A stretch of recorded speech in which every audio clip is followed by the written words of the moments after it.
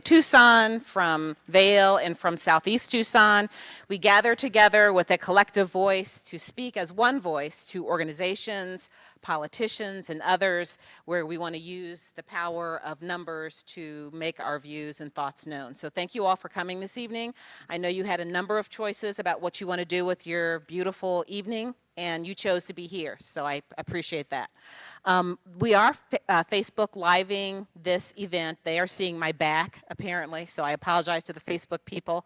As far as facilities in this room, if you go down that hall to the right, you will find the facilities on the right, and there's also a water fountain back there in case anybody needs to grab some water. So without further ado, we're going to go with our program. I passed around a sign-in sheet. For those of you who haven't signed in, please do so. And there's also a meeting agenda. Everybody, there might not be enough for everyone to have an agenda, but if you could just kind of eyeball one or share with your neighbor, if you don't have one, that will give you an idea of what's going to be happening this evening. So without further ado, I will turn it over to, we're going to have opening remarks from Supervisor Steve Christie. So Steve. Good morning, good morning. It's been a long day.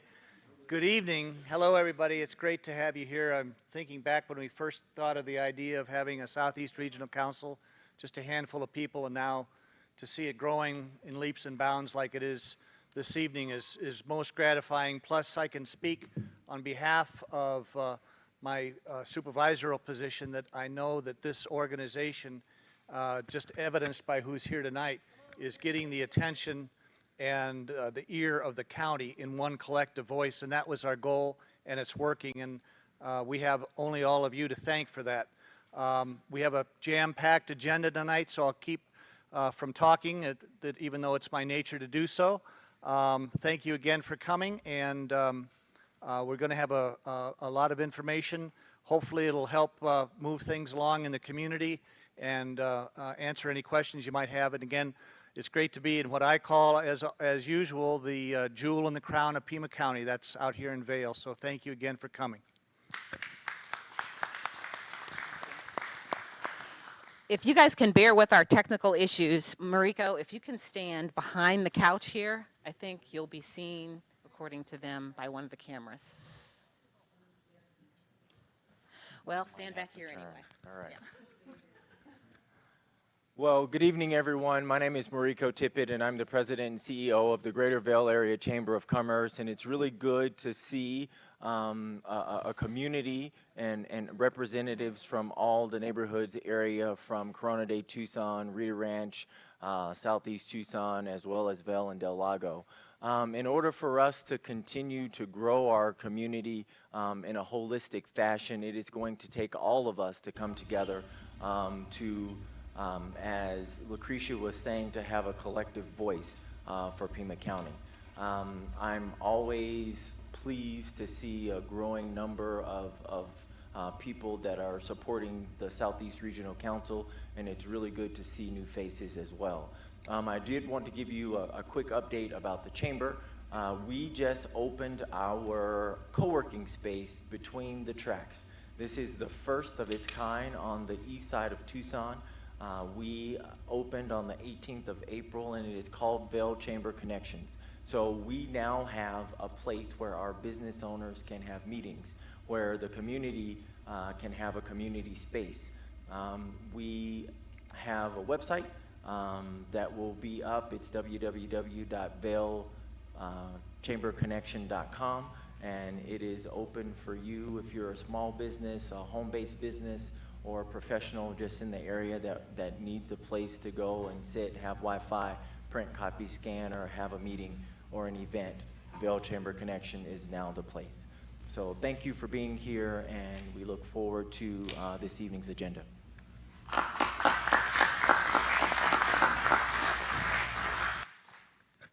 Okay, thank you. Let me get over here to where they say I need to be. So now the cameras should be keyed in on our panel. And so before we get started, if you could each go through and introduce yourselves, feel free to grab one of the mics off of the stand and pass it. Maybe you first three can use that one. You can take it off of there if you need to. But yeah, go ahead and let's introduce who you are. I am. Is it working? I'm Jim Cunningham with the Pima County Department of Transportation.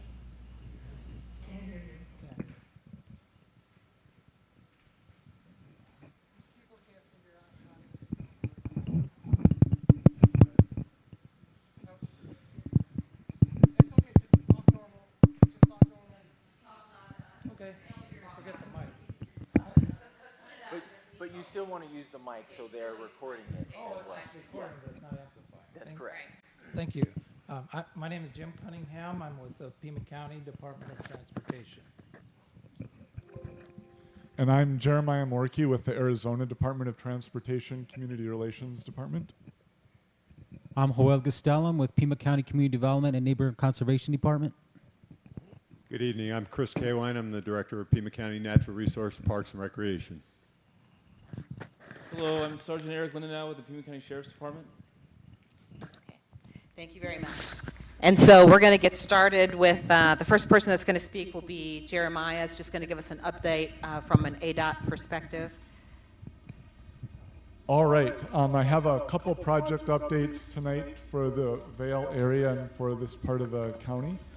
First of all, I've been asked a few times about the signals at Rita, Kolb, and Wilmot. We very recently got in the word that the poles are finally about to come this way. We expect them to be delivered in June. So you'll see work to get all those signals up, the remaining signals at Rita, which is the north side. We did find a spare pole for the south side, Wilmot and Kolb. So those will be in, you'll see work starting up again in June in that area. Speaking of signals, the Houghton Road signal, I just wanted to mention that with the fair and construction, we're aware of the greater amount of congestion in that area. We've made some adjustments out there and fixed some issues with detection. However, it's not going to be great because of the situation, and we acknowledge that, and we appreciate your patience in that area, which leads to the ultimate fix for that area, the Houghton Road Interchange project. It's still in the design phase, and we expect the project to begin around the first half for sure of next year. That'll be reconstructing the I-10 Houghton Road interchange to be a diverging diamond interchange with 3 lanes in each direction over I-10 to connect with the project to the north that you see occurring right now. If you'd like more information about that project in particular, the city has kindly invited us to a Houghton Road corridor meeting, which I believe is May 16th. You'll see information about that from the city, but they've were nice to invite us to that, and we'll be attending to share the latest layout and help answer questions you may have about that project. And just a reminder on that one, it'll be constructed largely offline, and by that we mean the existing Houghton Road Bridge and ramps will remain accessible to the greatest extent possible while we're building the new larger bridge right adjacent to the existing bridge. And while we're on the topic of bridges, we do have a project that is going to be affecting this area starting probably in June. It's 2 bridge deck replacement projects at State Route 83 and the Colossal Cave Wentworth bridges. Both those bridges need to be redecked. And so the work is scheduled to start, we're thinking June, we're on track for June. And they'll be done half at a time. So let me say that they'll be done one at a time, half at a time.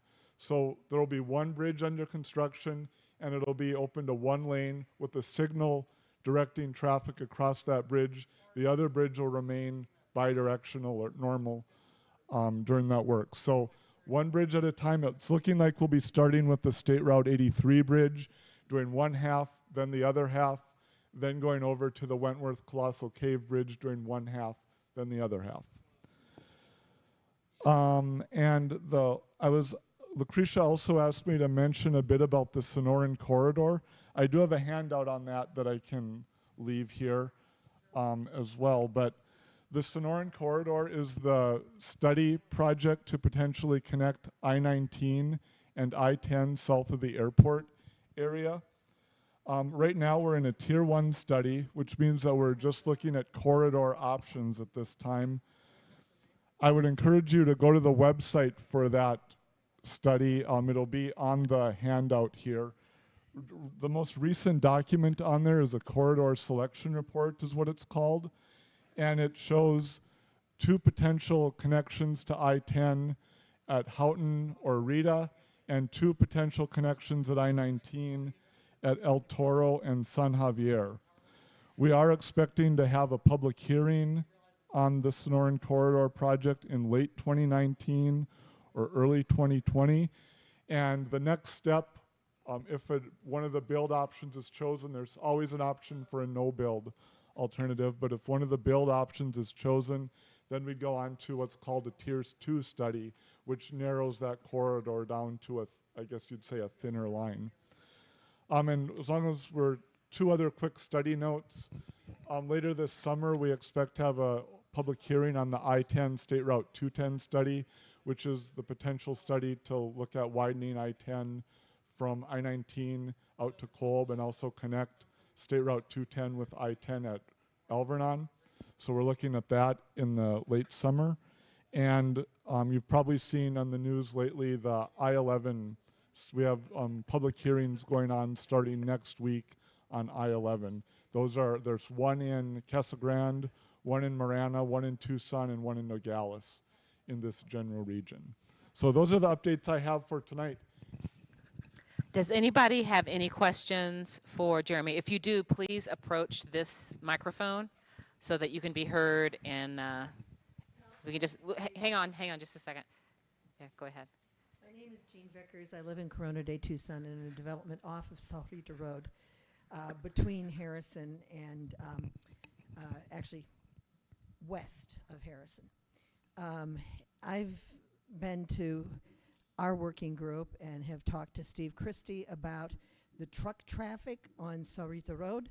It gets worse every single day because trucks use it as a quick cutover from I-10 down 83 to Salrita Road and then across Salrita Road to I-19. This proposed, this is how it's described in the Arizona Star, as the proposed Interstate 11 route, shows an entrance to I-11 just south of Salrita Road. That will increase the truck traffic that we're seeing now.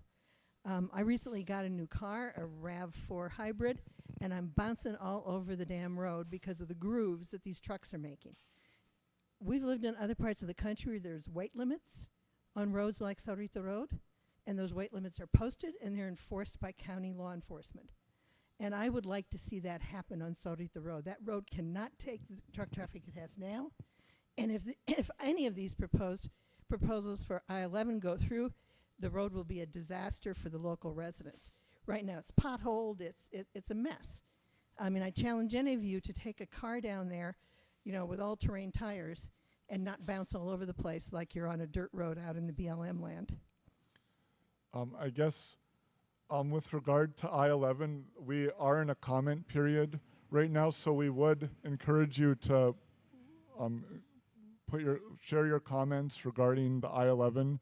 There's a website, it's i11study.com. With regard to Salrita Road, I really, it's not a state facility, so I don't know what to say exactly on that regard.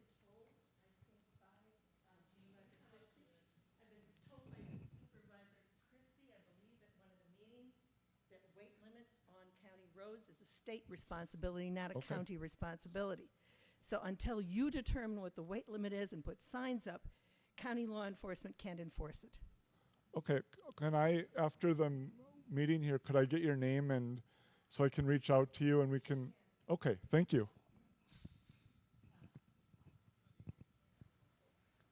We would want you to reach out to all of us, so go ahead and send any information to me, and I'll make sure that everybody winds up getting it. Hi, Mike Robinette, Corona de Tucson resident. You brought up the Sonoran Corridor, potential interchanges, Houghton or Rita Road. How would that affect the Houghton overpass that you guys are talking about building? If you guys choose Houghton, would that be delayed? No, there would be no, basically the Sonoran Corridor study is, as I mentioned, a Tier 1 study, so it's the initial study to get a 2,000-foot alignment if a build option is chosen. At that point, it would go on to a Tier 2 study, which is another study period to narrow that down and determine what an exact path would be. And then at that point, then there would have to be funding identified and before anything would be constructed. So it wouldn't affect the bridge? So then? no, Okay. It won't affect the Houghton Road interchange project at all. Thank you. You're welcome. Does anybody else have any questions for Jeremiah? Okay, thank you. Still hang around. Okay, Jim is going to talk to us about Pima County roads. Thank you.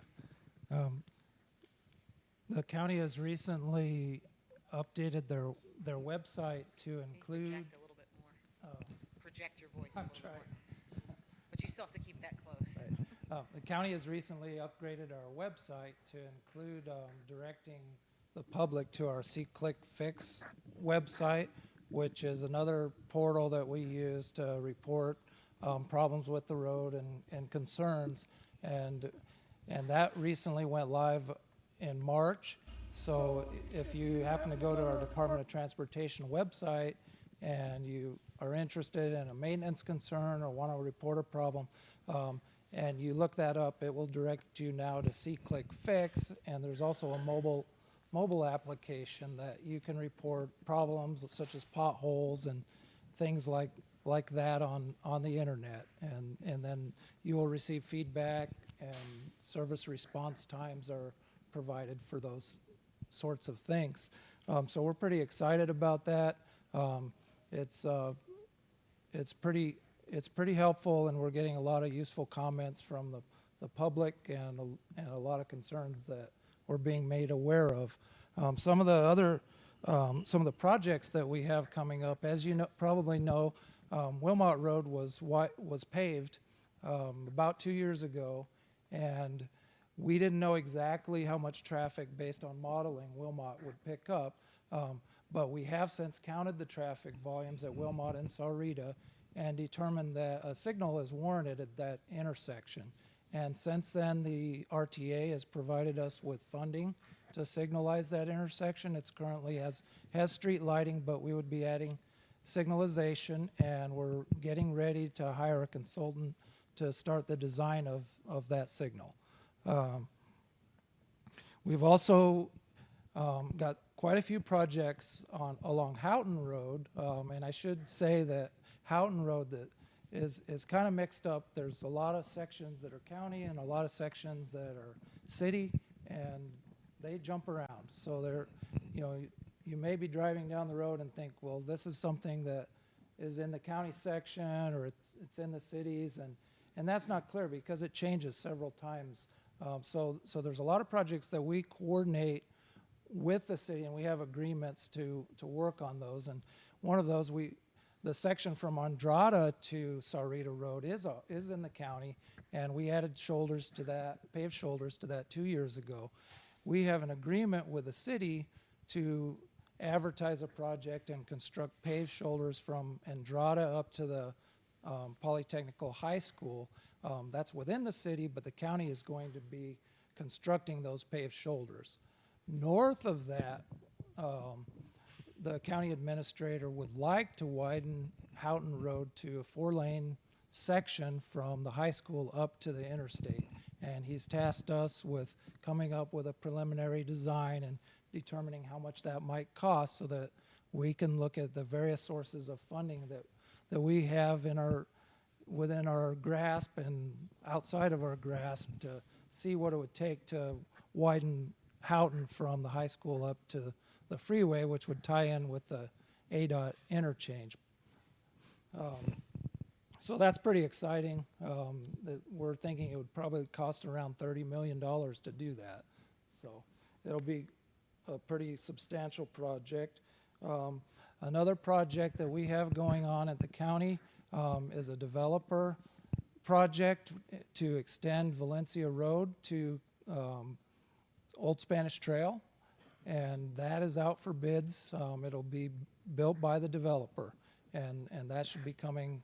We have the funding set up to get that going later this year. We also have several projects in District 4, and I got to look at my list because I'm starting to get nervous here.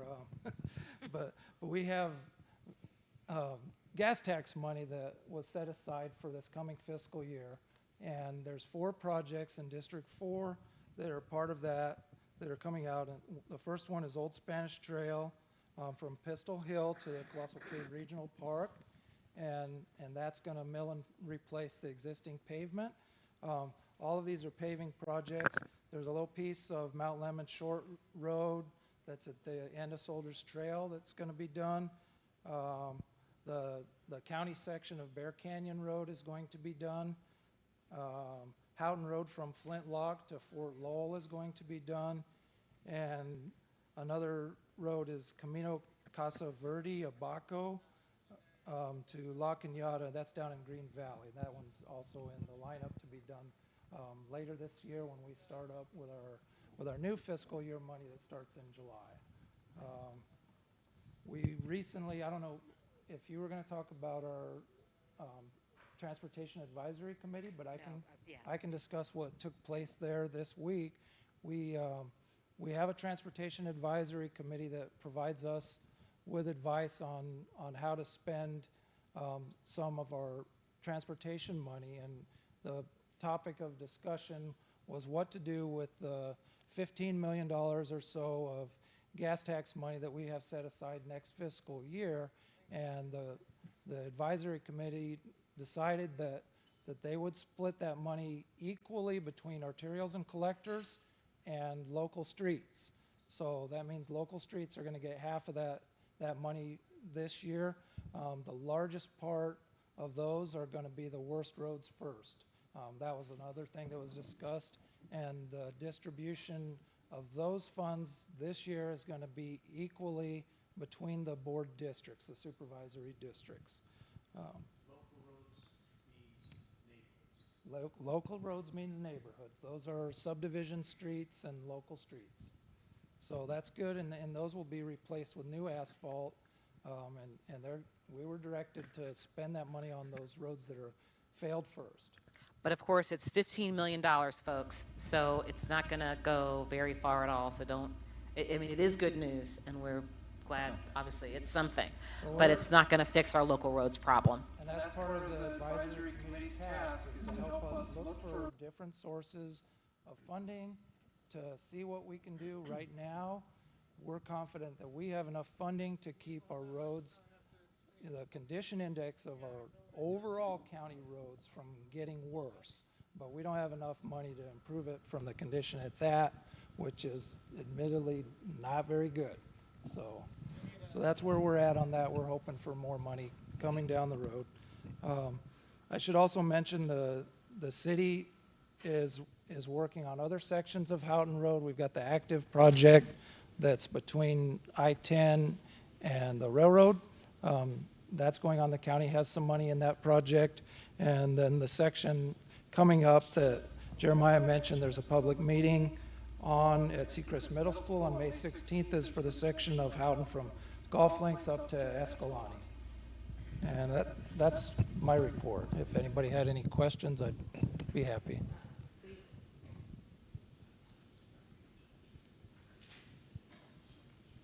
Hi, my name is Bill Sobek, and I live in Corona de Tucson. I just want to thank Corrine. She works for the analytical department. She sent out a representative. I was supposed to have had two yesterday. One showed up, and he was from the analytical department. On Houghton Road, south of Andrada, because of the grading, we have a lot of exposed area drop-offs. There's 4 culverts, and some of these drop-offs are like 10 to 12 feet off the edge. The erosion, because of the grading, the degradation, if somebody actually drives to the right of the road, you're sitting at an angle. If you had a flat tire, forget it. I asked for guardrails and reflectors to warn people about the side of the road. That's going to be analyzed and stuff like that. And it was good that they came out, and I appreciated that. Second bit, north of Andrada, all the way up to I-10, is Tucson's responsibility for maintenance. That's the contract that they have with the county. Okay? I put a work order in south of Dawn on the west side of Houghton. There was a washed out area. There's a 39-inch drop that's about 6 feet off the road. The curb is a 9-inch drop. When I talked to the individual, he told me he believed in fixing it right the first time. Well, every year it rains, they dump the dirt in, and the next day after we have the flood, we have the same issue again. He said it was going to be filled in this month. It was scheduled to be done. It's still not done. What other procedures to get Tucson to live up to their obligations on fixing that road? All the way up to the I-10 now, we have potholes, the degradation from actually from just north of Brecky. That road is deteriorating pretty badly after the fair. I mean, we got lumps and bumps everywhere. But this washed out area, every year they put the dirt in and it washes out. I measured with a stick, 39-inch drop about 6 feet off the road. 9 inches before that, the road is flat. So if you're going down the road and here comes a fire truck and you actually move over because the east side, there isn't a whole bunch of room, and you move over and you don't notice that in front of you there's a drop-off, somebody's going to get hurt or killed. I brought this up in 2014. I told them this is criminal neglect. I told them, I says, the lawyers are going to get involved if this doesn't get fixed. Now, I don't know if county can force them to do it, but somebody's got to live up to their obligations here, and it's pretty bad. And the rest of the grading down Cerrito Road, somebody needs to stop it. We're running out on the side of past Wilmot. We're out going towards Alvedon on the south side. There's like, I think it's about 6 feet now. I actually went down in the ditch, and I could see the top of the road. And it's, as the water goes, it's eroding all the way up to the road. And the rancher, I ran into Chuck the other day, and same problem, and we talked about it. The ranch fence that's there for his cattle, the ground is literally up to his fence line. So you get another wash in there, his fence is going to start falling down. So somebody who seriously needs to take a look at the grading that's going on, or the grading that we shouldn't be doing. It's always fascinating me. I've never tried it. Well, it's paved on, you got a paved area, but it's dirt off the shoulder. This is all shoulder stuff. And when I talking to Tucson, well, that's dirt. I says, yeah, but it's still part of the shoulder. Are we supposed to throw up our hand and say, well, it's not part of the road because it's not asphalt? I mean, not cement. There's 4 areas at Tucson or some of these used concrete, and that's south of the school, which is actually in Tucson proper. The rest of the obligation is county land, but the obligation is that Tucson's supposed to fix it, and they're not doing a very good job of it. Yeah, it's Houghton Road, everything down there. I mean, there was a Dan explained to me there's supposed to be a 1 to 3 drop, but when you only got 4 feet of road or a curb after the asphalt, and you're doing that, the rutting is so bad in some spots. I mean, we're talking the car's going to be angled, so you couldn't change a tire. Or if you had a passenger and you had a car problem in one spot, you opened up the door, you take 1 step out, you'd fall into a hole or twist your ankle and stuff like that. It's pretty grim. And I sent pictures out, and Corrine sent the person down there we talked about 3 weeks ago, and she backed up what was going on, and he's seen it. But we really need to stop the grading. We'll definitely look at that. All right. Thank you. Certainly, our biggest concern right now is that we chase a lot of potholes. And Well, Tucson's potholes are up there. Actually, the road that we have south of Andrada is in good shape. so we do have grading crews. A lot of those guys are assigned right now to potholes, and the grading that we do is our routine, graded road grading. And we don't have a lot assigned to shoulder repairs right now. We would like to do that, and we're certainly going to do the worst ones as we can do them. Well, I'm not asking for shoulder Right. repairs. I'm asking for that literally stop. Well, when I say the graded grading shoulder repairs. in that, because it's Right. just not needed. And to grade before we get the monsoons, after the dirt is packed down, doesn't make any sense to me, because if you loosen up all the dirt and the rain comes, all we got is more dirt flying down the road. So that's my opinion. Thank you. Step over here because the sun's just killing me. And I wanted to answer his question about the city portions, because we are doing that project for the city where we're going to provide paved shoulders from the school to Andrada. So that does include some ford walls where we're going to protect the edge of the road.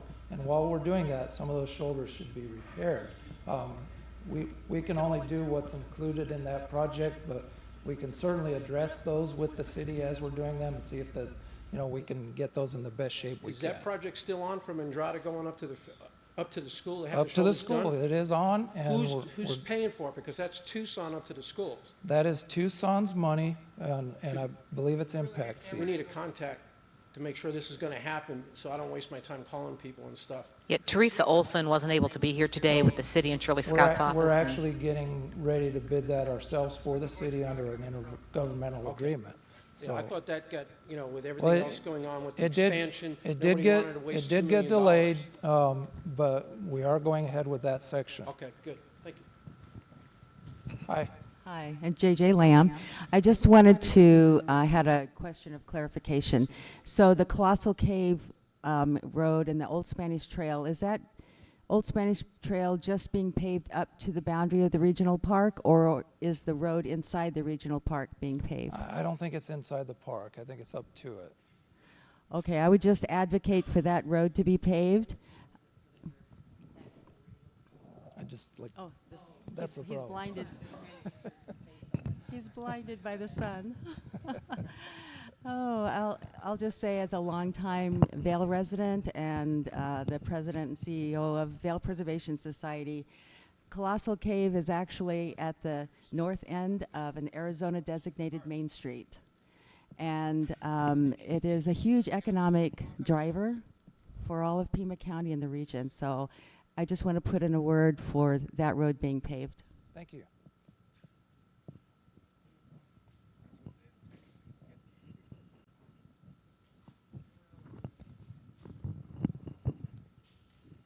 Hello, my name is Jean Hawley, and I live in Rancho del Lago in Vail.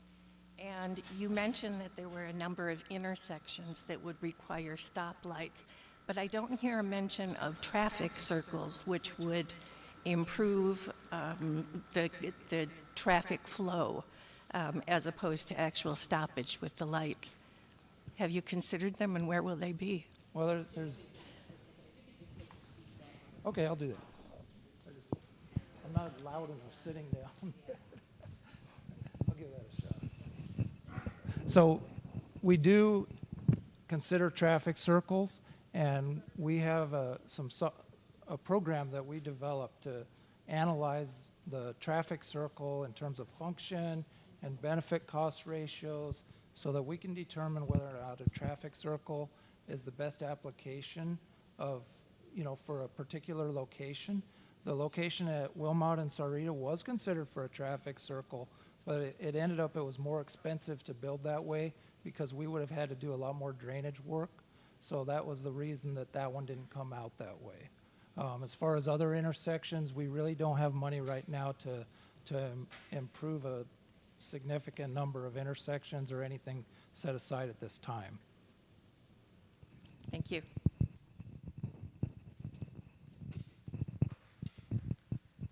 Are there any other questions for either Jeremiah or Jim regarding roads? Good evening, everybody. My name is Frank Graham. I live in Vail. I've been here about 19 years. Something I want to start off saying is I'm pretty inspired by what I see here today. It's a room full of concerned citizens, and I think that they all wouldn't mind me saying that this meeting and these types of meetings are all about three things: transparency, planning, and of course, results. So we're communicating, and I see that there's a lot of people who are very passionate about their questions and the things that they want to bring to your attention. One of the things that I would like is if you could describe the criteria that's being used. It would probably help a lot of people. Some of the times when you get into projects, like the projects you handle every day, you don't know what the litmus test is as a regular citizen. You don't know how the priorities are assigned. You mentioned Supervisor Christie helped clarify that it's going to be community roads. The whole $15 million is going to be spent on, which goes pretty fast. We don't know what the criteria is. We also don't know, well, what does that mean for our community? When might Vail, in my opinion, get roads repaved? Because there's some roads that are already resurfaced, but not the entire community. So those things would help. I'm a very willing change agent. I want to make that clear. One of the things that I think will help everybody is to be responsible and assist in any way that you can. We understand that things are, tough. From time to time you have to juggle, but results come from collaboration. No one person can do everything. So we all have a stake in this. And of course, again, prioritizing the triage that's needed and the constraints that are involved. We don't always appreciate and know that, so it's frustrating at times to keep waiting. But when you explain it, it sort of helps. So I live in Vail, Del Lago. There's a community that I love. I think it's paradise. But when it comes to the resurfacing, I don't know what to tell my lovely wife who keeps asking, well, how come their roads got paved? Babe, I don't know. I'll try to find out. But those are some of the common questions that I think are facing you. I'm sure there's some other priority questions that are going to come up later this evening. But I just wanted to point out that I'm here today because this is going to be a journey. This is going to be a process that's not going to happen overnight, but with some open-minded approaches and some reasonable expectations, I think we can get a lot of these things taken care of in a pretty efficient manner. Thank you.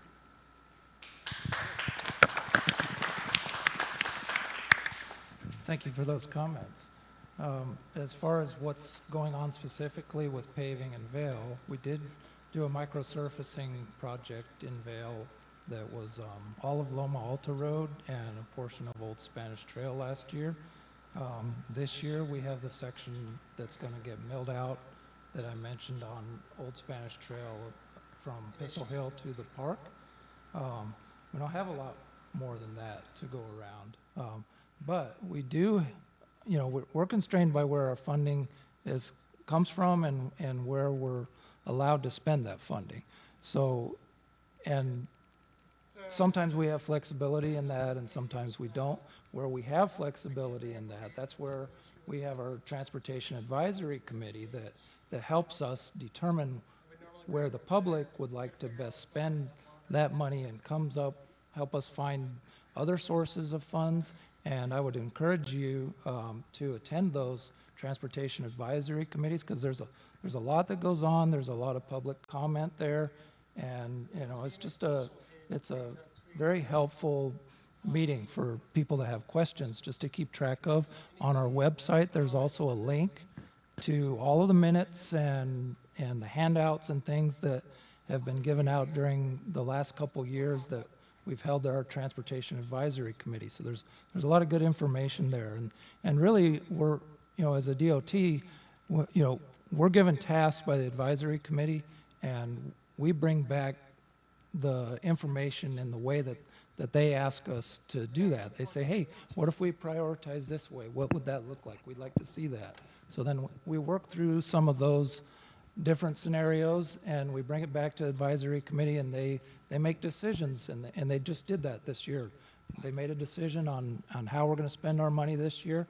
It wasn't a lot to go around, but it's a start, and you know, and we get our input from the public, and it definitely has a weight on how that advisory committee decides to act.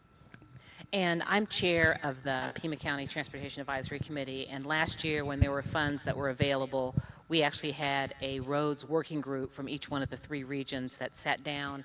Again, the county staff was very helpful in coming out, and we were literally poring over maps and prioritizing the roads in our area. So, and many of you were a part of that process and a key part of that process.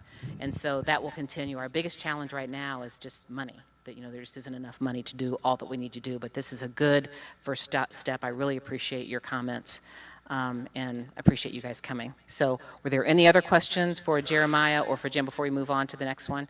And what we can do at one of our next meetings, we can actually have maybe one of the engineers from Pima County come and really drill down, or maybe Carmine kind of provide that overview conversation that he has with us before about funding and where the money comes from for roads and why we don't have any money and all that stuff. That might be good to have. And yeah, and the PASER ratings, absolutely. So thank you to you two for coming to the meeting tonight. We're going to go on now to, and so if you need to leave, Jeremiah, I know you said you needed to leave. That's fine. So, yes, thank you for coming. I will leave this in the report or hand out by the door. Okay. That's perfect.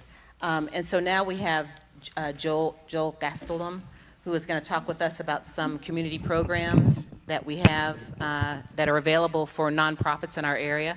The funding is not available for the Southeast Regional Council because we're not a nonprofit organization. We haven't formalized in that way, but many of you are part of organizations that can benefit from the community program, so that's why I'm having him give a little conversation about that. Sure. Well, thank you for giving me the time to provide you all a little bit of feedback on what my department does, and I'll let you know primarily what the program I manage, which is a community development block grant. So it's a HUD-funded program. The county is an entitlement community, which means every year we receive this funding based on various income, poverty levels, housing conditions, etc. So every year we do this. We come out to the community. We let everybody know. We do a citizen participation plan. Generally, we came out. I think October we came out to the meeting here. Let everybody know what the CDBG program was.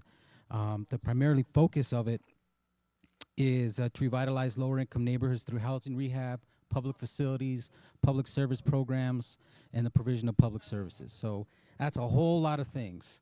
To do those, it has to meet one of 3 national objectives, which is one of those is being to support low income persons, eliminating slum and blight, or dealing with urgent need. Now, what we primarily do in Pima County is dealing with low income, moderate income persons. The urgent need is more the natural disasters, things of that sort. The other is the elimination of slum and blight. So that deals with like nationwide, you have the big tracts of land in Detroit, slum and blight, so they could use CDBG funds to go in there and do some demolition things on those. There are some requirements. The public service, there's a 15% cap of the overall CDBG award. More or less, the county gets right around 2.5 every year in CDBG funding, which isn't a whole lot to distribute across all of Pima County. The public service programs cover youth programs, staffing for food pantries, things of that sort. Also, there's public facilities and infrastructure improvement projects, and those are more on the small capital improvement projects like an HVAC, commercial stove, commercial freezers for a food bank, things of that sort. CDBG can fund those. One thing with the public facilities is the agency must have site control. The agency must have capacity to manage the project, and they must comply with the federal labor standards. So again, these are federal funds that all federal mandates must be complied to. Most importantly is the payment of prevailing wages. So that hikes up the project a little bit. But again, our staff is there to work with anybody along the way to make sure it's done correctly. Moving on, we also have a housing rehab program. We internally, Pima County housing rehab, and we also grant funding to outside agencies to conduct home repair activities. And that's Community Home Repair Projects of Southern Arizona, Habitat for Humanity, probably forgetting a few right now. But again, we have those services, and they're available for any county resident. Moving on. So I mentioned the annual action plan. We come out into the community. It's not us staff saying, hey, this is what your community needs as a project. We come out into the community, see what the goals, the upcoming projects are, what are the emerging needs for the community, and then we put that in an annual action plan, and we let HUD know these are the types of projects, the types of programs that we're going to be doing within this particular community. We get the buy-in from HUD. We meet with the supervisors, letting them know these are what we're going to be, these are the types of funding recommendations we're doing for the upcoming year, and then we move forward. So yeah, we'll be out again. And again, like I said, September, October, at your October meeting, we'll more than likely come out, give a bit more in-depth presentation on exactly what CDBG is, what the eligibility requirements are, and of course review what our pre-application process is as well as our full application process. Within our department, we also have the outside agency program. That particular program is funded with Pima County general funds. So you can pretty much look at that, no strings attached pretty much. There's no federal regs involved with things like that. Of course, there's the reporting requirements, things of that sort. Those are funded on a 2-year cycle, and there's different service categories that must be applied for when those are being conducted. The next RFP for that, request for proposals, will be in the fall, and I'll definitely communicate that to you all, letting you know whenever there's a grant opportunity available. This last go around, just as a snapshot, we had right around $5 million in requests. We're looking to fund right around $2.5 million in requests. So again, it's very competitive funding, but it's needed throughout Pima County. That's kind of much it. I had a slide, but that's no big deal. Some other things we had going is a commercial facade program. That's something that we've been talking with Mariko about this last go around. It's been some time. We do want to make sure that application is good, so we're looking to, once we roll out that application, we'd hope that the chamber is still interested, and we'd love to pilot that project out there. It's a commercial facade renovation project. We grant funds to exactly what it says to improve the facade on the exterior of the property. So again, we're hoping to do that, and then in the fall, release that application and work with the chamber to complete it. So other organizations can benefit from Sure, that program as sure. well, not just the chamber. They sure can. They sure can. That application will be open to all agencies that are eligible within Pima County. And once you roll out the application, I'll definitely be sure to provide you all with that. Anybody else have any specific any other questions? Does anybody have any questions, JJ? Did you want to come up and ask a question? Oh, okay. Were there any questions about community programs? So the programs are available not just for nonprofits, but it's funding for individuals who are in need as well. So it's a two-pronged program. So if you know someone who there are income requirements. Yeah, for some of our programs, there are income requirements. For particular, our home repair program, the county home repair program, there are no income requirements. And disclaimer, there is a pretty long waiting list for that. But again, if there is a need, please feel free to go to our website. The easiest way to get there is just to go to any search engine, type in Pima County Community Development, and then you'll go right to our website, and you can see all the different programs that we have. We have our Pima County Housing Center as well. They provide homeowner education, home buyer education classes, financial education classes. So that's a great resource as well. Okay, wonderful. Thank you so much for coming, John. Thank you, everybody.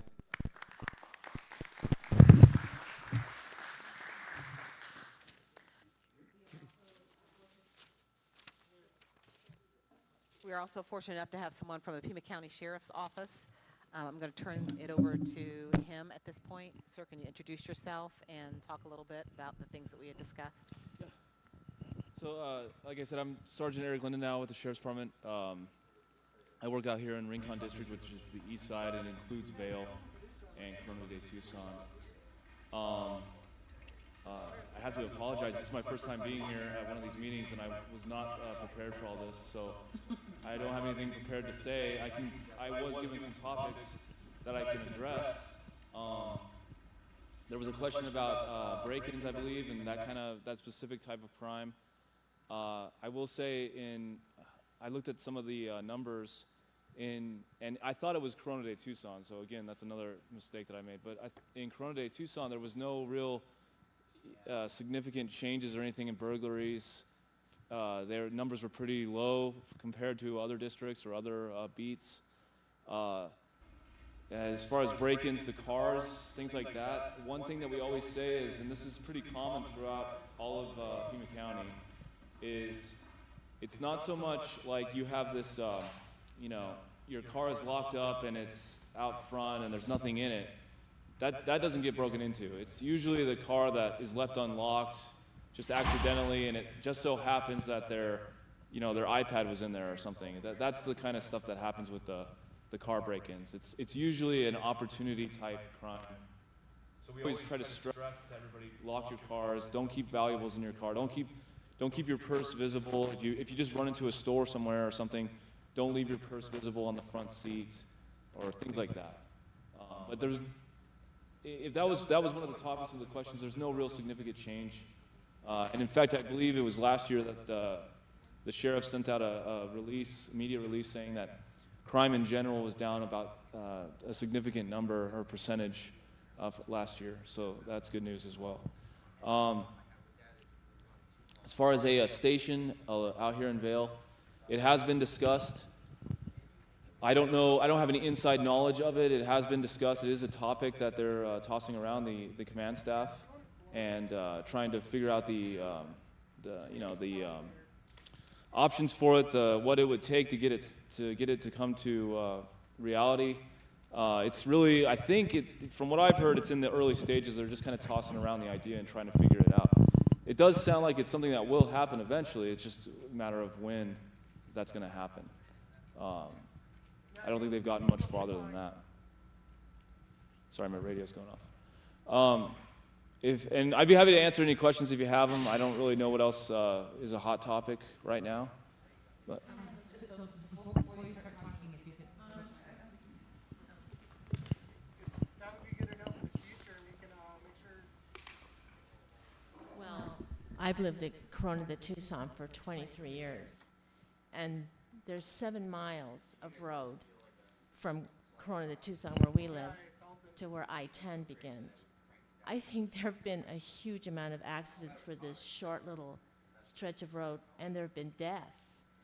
And I just think that we should have more police presence in that area because it's just scary. It's scary how fast people are going, how many people are using that road now. Like I say, over 23 years, it's been amazing, the change.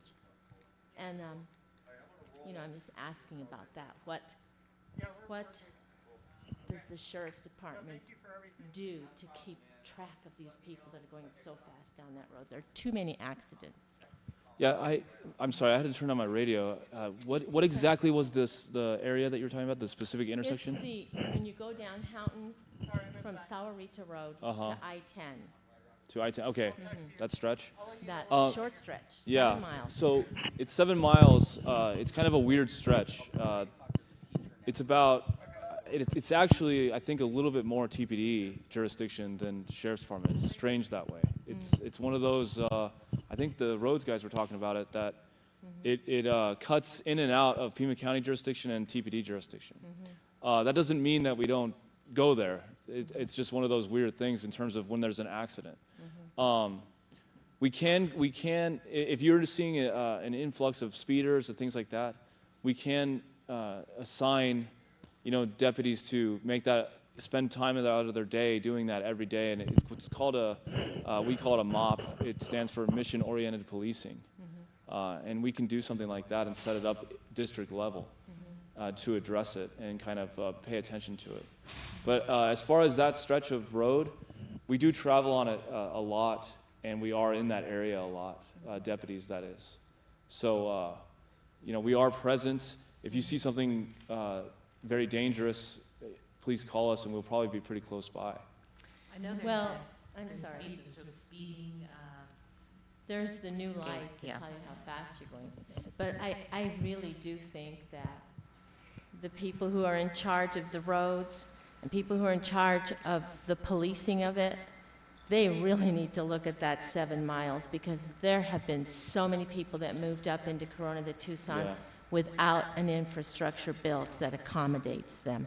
So that's my opinion. Okay? Thank you, thank you. Are there any other questions for Sheriff? Okay. Thank you so much for taking the time to come out Thank you. today.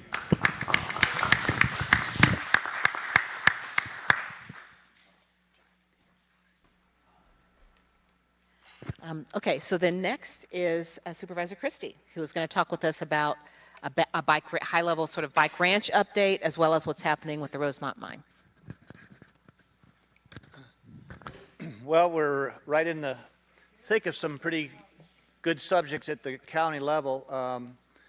The last board meeting, we had a resolution stipulating opposition to the Rosemont mine. As you all are aware of, the Army Corps of Engineers last month gave its final permitting authorization to Hudbay, which owns Rosemont mine, to operate, and the resolution passed in opposition of the mine. I voted against the resolution for a number of reasons. First and foremost is that as a native Tucsonan and as a business owner and a investor in the community all my life, I've listened to the arguments both pro and con about the Rosemont mine. I've been involved in that discussion for as long as the issue has been around, which has been over 10 years. And I think the biggest objection I have is the idea or the feeling that everybody has a seat at the mine permitting table. That's just not the case. If you're the Board of Supervisors, if you're, say, the Santa Ritas, if you're the Mining Alliance, if you're the Arizona Business Association, you don't have any seat at the permitting table. There is a structured permitting process that is regulated by the federal government. There were 17 different federal agencies involved as experts on this mine issue. And for the last 10 years, Pima County has spent hundreds of thousands of dollars, if not millions, trying to insert itself in that process that it cannot insert itself in. And it's evidenced by the fact that the mine received all the permissions to operate from the federal jurisdiction. My biggest objection is we've got to stop spending taxpayer-funded lawsuits on this issue when we don't have a seat at the table. That money, which could easily be into the millions of dollars, could have been used in other areas like fixing roads. But the problem that we have is that the organizations, the groups, the individuals feel that they have an ability to insert itself or the opinion of its organization in that process. The mine has been granted the operation permit. They've been granted permission to run. So I feel that it's important for this community to move forward and find ways in a positive manner to coexist with the mine and to make sure that it lives up, that Rosemont and Hudbay live up to the promises they've made to this community. So the situation that exists now, my understanding, is that the permission has been granted for the mine to open. They are on track to begin preliminary operations sometime in June. I'm sure there are going to be some legal battles, some legal fights, court fights by other organizations, but from the past experience of these 17 different organizations at the federal level that have gone through the process, the mine has been given permission. So that's the current status of that particular subject. The second issue that has come up or will be coming up is, I don't know if you folks are familiar with it, but there's a proposed a proposal for a development or a business that's called the Bike Ranch. And it's out across the street from the National Park on an old Spanish trail. And it is designed to be a destination resort for the international bicycling community. And it's going to have casitas and guest houses and a pretty substantial development. There's a lot of opposition to it from the neighborhood. Our position in my office is that I'm going to be meeting with the neighborhood activists against this proposal. I'm going to be meeting with the developers. I'm going to be meeting with development services and planning and zoning and with the officials at the park to determine where everybody stands and what the status is of all of those organizations. It appears at this time that it's going to be coming before the Board of Supervisors at the end of May, the second meeting in May, I believe May 21st, for approval. The key issue here is, does it meet the zoning requirements? And it did get a public hearing, administrator's approval to proceed. And I'm going to, as I said, I'm going to be meeting with all the stakeholders in that area and in that development to discuss the situation with them. And then by that time, I'll be in a position to make a proposal, or I should say, a decision on whether or not to move forward or against the Bike Ranch project. So that's about the size of the two issues that are bubbling up, and I'll be glad to talk to any of you about it after the meeting or Well, at we any can take, time. if anybody has any questions has now any on either of those topics, please approach the mic here and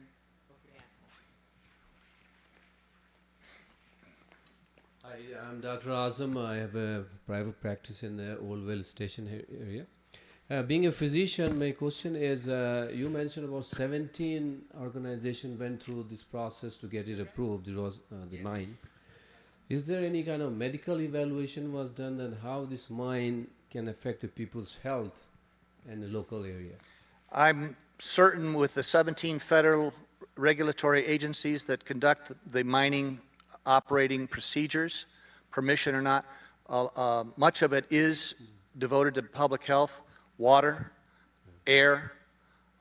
So those agencies that would be responsible for the permitting of the mine that have direct correlation to public health have, through that process, vetted and analyzed and deliberated upon public health issues And according to their findings, one or more of those 17 agencies decreed that the mine could proceed to open. So yes, public health was a major part of that 17 federal regulatory agency process. Thank you.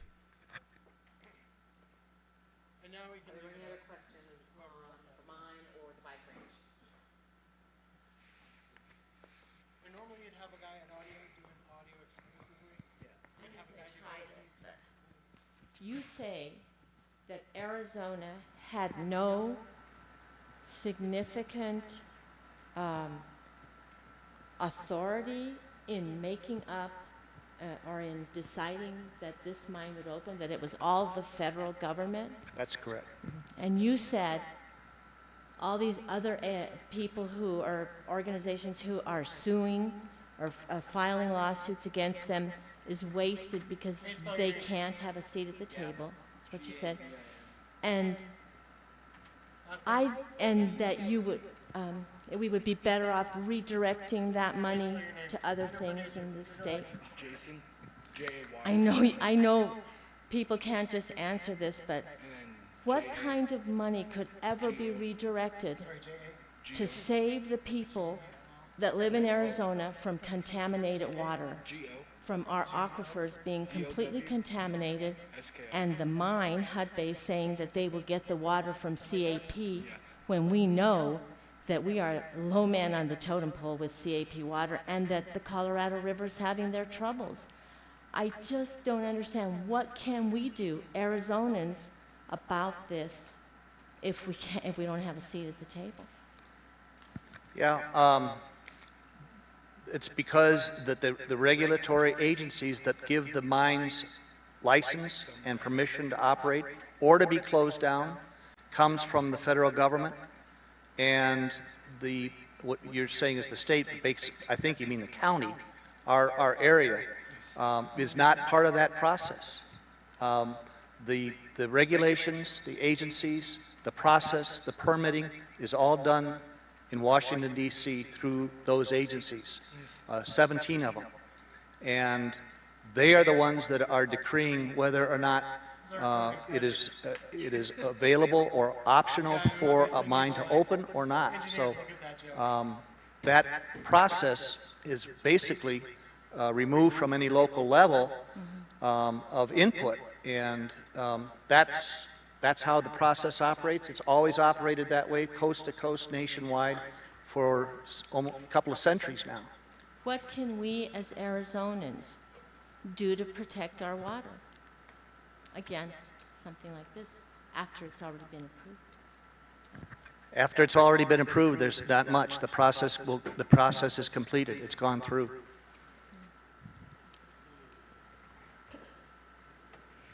I wish, you know, that there would be a way to say that that at a local level we have that much influence in the process, but we just don't. And this is where the county has spent hundreds of thousands of dollars, and the mine is still going to open. Jean Vickers, Corona de Tucson. It's been going on for more than 10 or 20 years. It's the mining law of 1872. Google the mining law of 1872. The only person who I know who has ever made an effort in Congress to get rid of that law, which is an onerous use of land by mining companies, almost all of whom are not American companies. So the copper's leaving, the money's leaving, and they're leaving us with dead water. And the only one I know who's ever tried to change the mining law of 1872 is Rahul Grijalva. My opinion, and if you folks know me, you know I don't shy away from political, is until we have Democrats in D.C. willing to change that law, including in the White House, it's never going to change. And I think you're absolutely right. We don't have a seat at the table. We do, however, have options to participate and support groups that are suing. And that's the only last gasp effort right now. If any of those lawsuits prevail, it might be stopped, but I frankly don't see that happening. Could have articulated the situation better than she did. Anything else?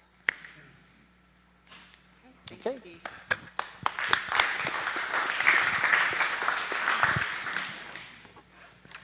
So some of you may know that we're having our first multi-dwelling units that are going to be here in Rita Ranch. And Al Wyruth, who is the president of the Rita Ranch Homeowners Association, who is the president of Al is coming up and is going to speak to us and tell us what his title is and give us an update on the apartment complex.